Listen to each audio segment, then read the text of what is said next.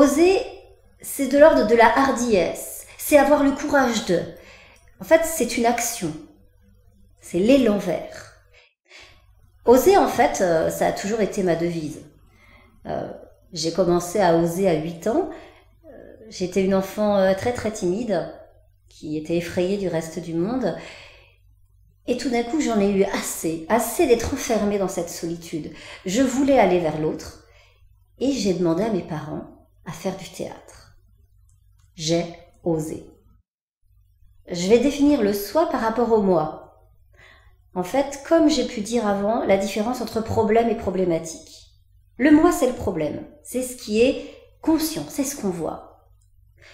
Le soi, c'est notre problématique, c'est notre personnalité, c'est notre inconscient, c'est toutes les facettes possibles de notre personnalité.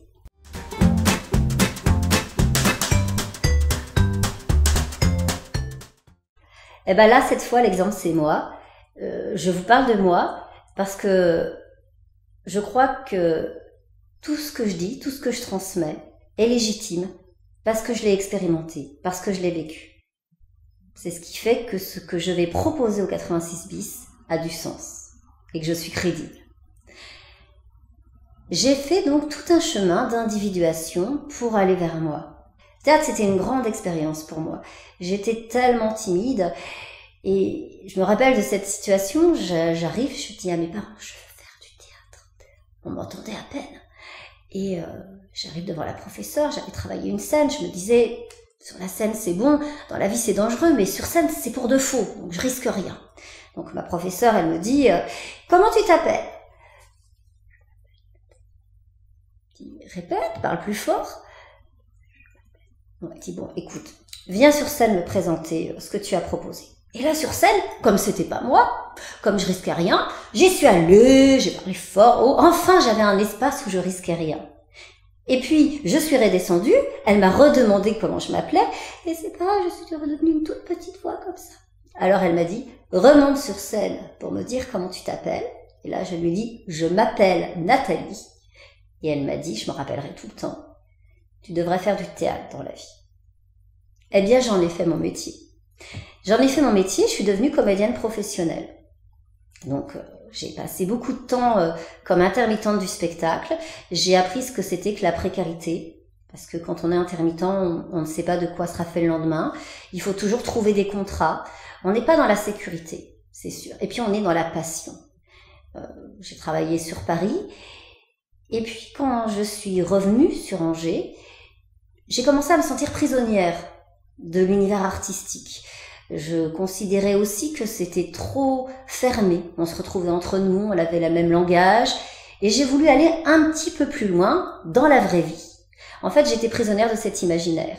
Et de la même façon qu'à 8 ans, j'ai osé sortir de ma solitude et de mon enfermement, là, je me suis dit, je ne veux pas faire que de l'art, je veux aller vers les autres. Et j'ai proposé, c'était une transition, des visites théâtralisées au Château d'Angers. Alors j'ai passé 7 ans au Château d'Angers, j'ai été chargée d'action culturelle du Château d'Angers, j'ai écrit 11 ou 12 visites théâtralisées et je me suis passionnée pour l'histoire de l'art. J'ai découvert aussi ce que c'était qu'être salarié, avec les contraintes, les habitudes. J'ai réalisé que j'étais très attachée à ma liberté.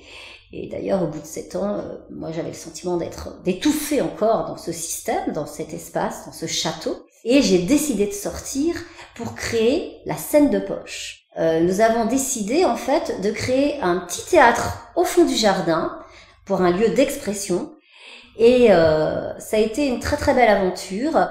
Là c'est pareil, tout d'un coup je me suis dit j'étouffe. Je ne veux pas rester là, c'est trop limité. J'évolue toujours quand même dans la culture, même si c'est plus que artistique.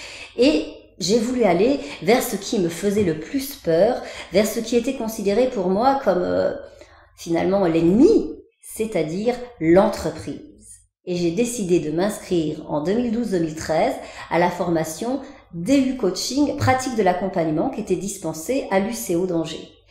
Là, j'ai rencontré beaucoup de personnes de l'univers de l'entreprise qui avaient une autre vision du monde, une autre problématique.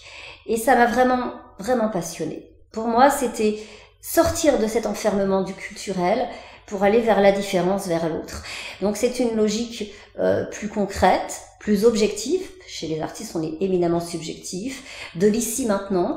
Et j'apprécie énormément. Je fais maintenant partie de l'EMCC Coaching, enfin du bureau de l'EMCC Coaching Anjou. Et j'ai beaucoup de collègues coachs. Et c'est très très enrichissant ce dialogue parce que c'est complémentaire. C'est une autre vision du monde, plus pragmatique et plus concrète. Tout ce parcours, ça correspond vraiment à un processus d'individuation pour aller vers soi. J'aime beaucoup cette phrase de Pindare qui dit « Deviens ce que tu es quand tu l'auras appris ». Et pour prendre conscience de ce qu'on est, j'ai eu tout au long de ma vie un gros travail sur moi. J'ai vraiment fait un travail de développement personnel. J'ai été accompagnée pendant plus de 25 ans en fait, en analyse.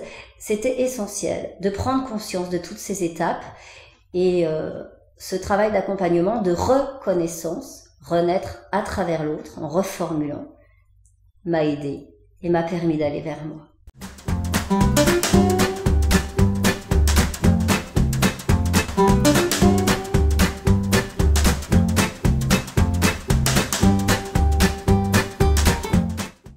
Argumenter et convaincre votre auditoire. Raté.